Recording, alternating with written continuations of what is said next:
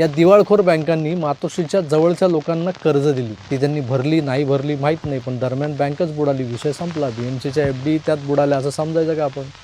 बरोबर, मी जी बँकांची यादी सांगितली त्यात PMC बँक आहे. PMC बँक म्हटलं की कोण आठवतं? संजय राऊत, वर्षा संजय राऊत, प्रवीण राऊत, SDIL वाले. मग येते CKP बँक. तिथं कोण येतो? पाटणकर काढा. ठाकरेंचे मेव्हणे पाटणकर. ते पाटणकर म्हणतात कर्ज काढा.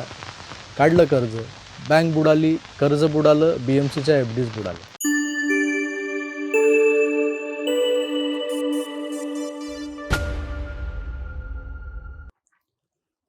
मुंबई महानगरपालिकेच्या निवडणुका या 2017 नंतर तब्बल 8 वर्षांनी यंदा होऊ घातल्या आहेत.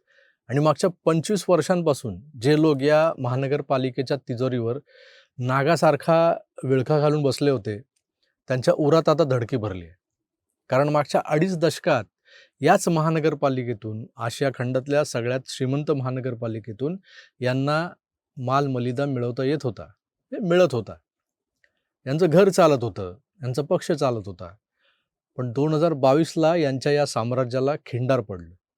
तसे हे टेन्शनमध्ये आले.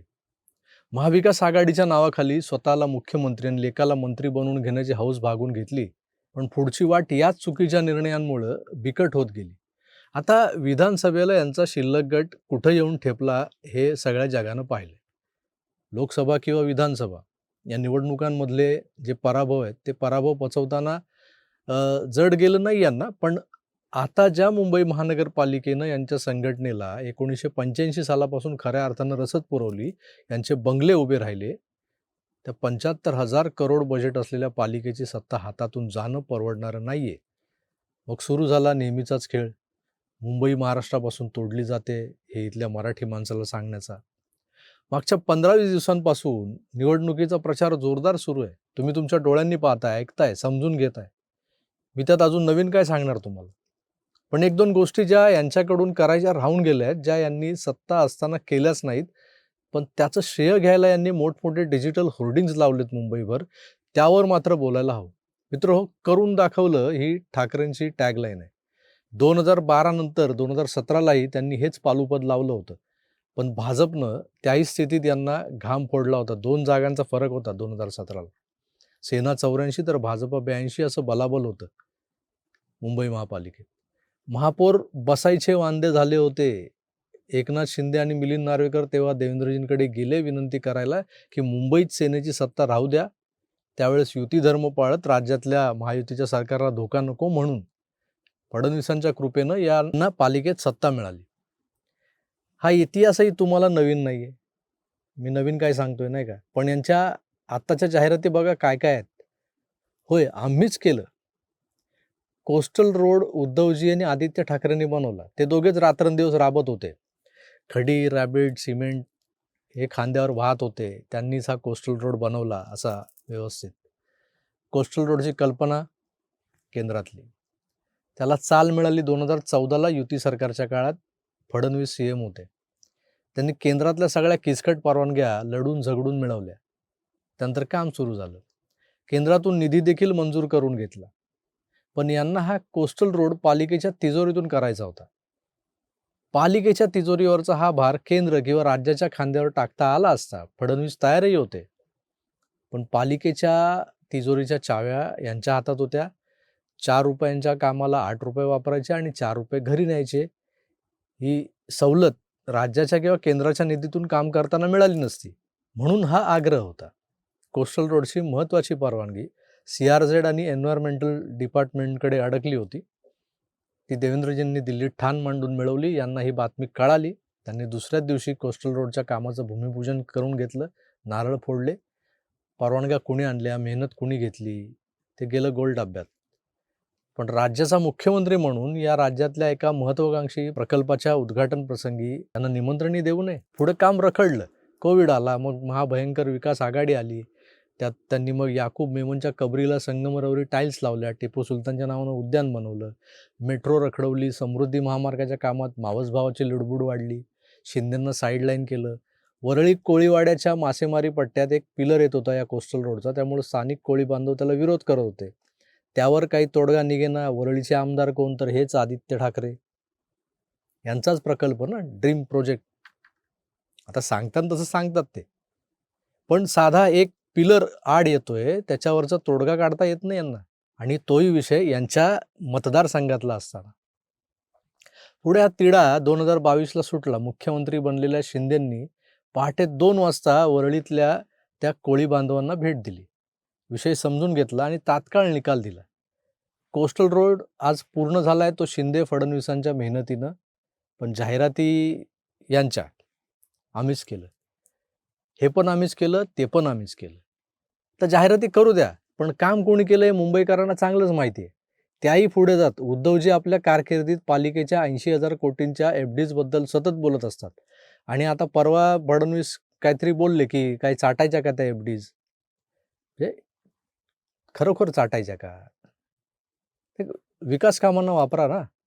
तर हे बाबा प्रचंड ऑफेंड झाले आणि आपल्या प्रत्येक भाषणात बोलत होते, की बघा देवेंद्रजी काय बोललेत, काय चाटायच्या काय एफ-डीज? काय चुकीचं बोलले हो देवेंद्रजी? साधीशी बाब आहे, यांच्या जाहिरातीतलीच आहे. आम्ही बेस्ट बसेसचा दर्जा सुधारला, इलेक्ट्रिक बसेस आणल्या, याव केलं आणि त्याव केलं, पण प्रत्यक्षात बेस्ट प्रशासन आज तोट्यात आहे. 16,000 कोटींचं कर्ज आहे बेस्टवर.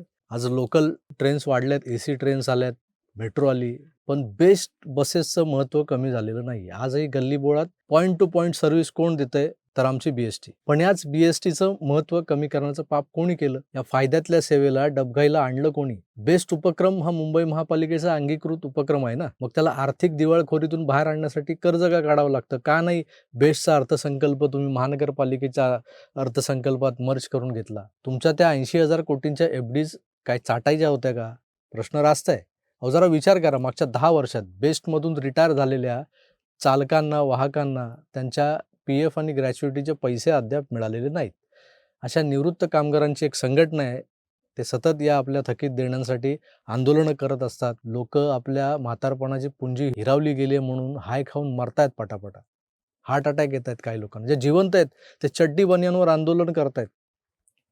हे 60 उलटलेले बेस्ट कर्मचारी असे नागडे उघडे रस्त्यावर का उतरलेत? याला कोण जबाबदार आहे?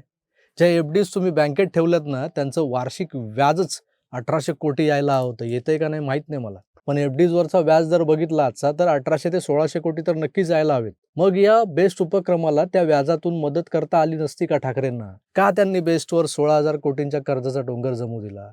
बेस्ट हळूहळू खाजगीकरणाकडे ढकलत बंद करायची होती का यांना? मुंबईभर असलेल्या बेस्टच्या त्या डेपोंच्या अशा लांबच लांब पसरलेल्या जमिनीवर यांचा डोळा आहे का? तुम्ही करून दाखवलं म्हणता आम्हीच केलं अशा नव्या ट्रॅकवर आलात. पण बेस्टसारखी सामान्य माणसाला गरजेची असणारी जीवनवाहिनी या मुंबईकरांची तुम्ही चोकअप करून टाकली. ब्लॉकेजेस निर्माण झाले. बायपासही करता येत नाही. निवृत्त बेस्ट कर्मचारी तळतळाट देतोय तुम्हाला. त्याचाच परिणाम तुमच्या ब्रँडचा पहिला बँड वाजला तो याच बेस्ट कर्मचारी क्रेडिट सोसायटीच्या निवडणुकीत. पण ती तर गल्लीतली निवडणूक होती तुमच्या मते. त्यावर काय बोलायचं नाही का? छोट्या-मोठ्या गोष्टींवर बोलत नाहीत ठाकरे. बोलण्यासारखं खूप आहे हो. आता कन्क्लुजनवर येतो. या 80,000च्या एफ-डीज तोडल्या म्हणून जो कांगावा चालवला होता ना मागे यांच्या बगलबच्चन त्या born and bottom Kishori Pednekar ताई.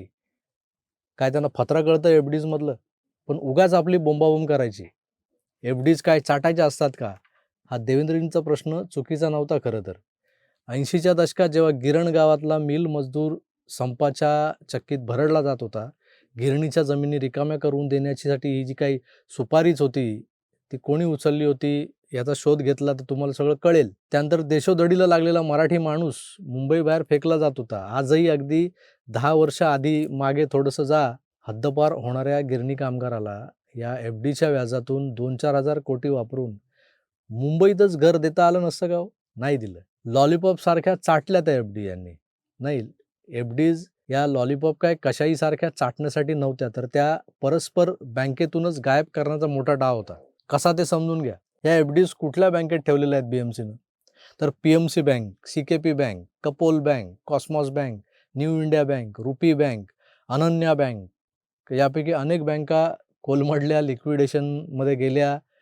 RBIनं काहींचा परवानाही रद्द केला किंवा मिसमॅनेजमेंट, फसवणूक यामुळे दिवाळखोर झाल्या. आता दिवाळखोर होण्याच्या बरोबर आधीची गोष्ट आहे, BMCच्या मंजूर यादीत या 7 बँका समाविष्ट झाल्या होत्या. बँक बुडाली, मुंबईकरांचे पैसे बुडाले, पण ते बुडण्याआधी बंगल्याच्या तळघरात ते कसे पोचले हे सुद्धा बघा.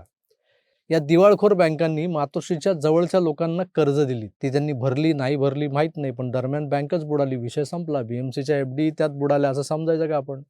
बरोबर, मी जी बँकांची यादी सांगितली त्यात PMC बँक आहे. PMC बँक म्हटलं की कोण आठवतं? संजय राऊत, वर्षा संजय राऊत, प्रवीण राऊत, SDIL वाले. मग येते CKP बँक, तिथं कोण येतो? पाटणकर काढा. ठाकरेंचे मेव्हणे पाटणकर. हे पाटणकर म्हणतात कर्ज काढा.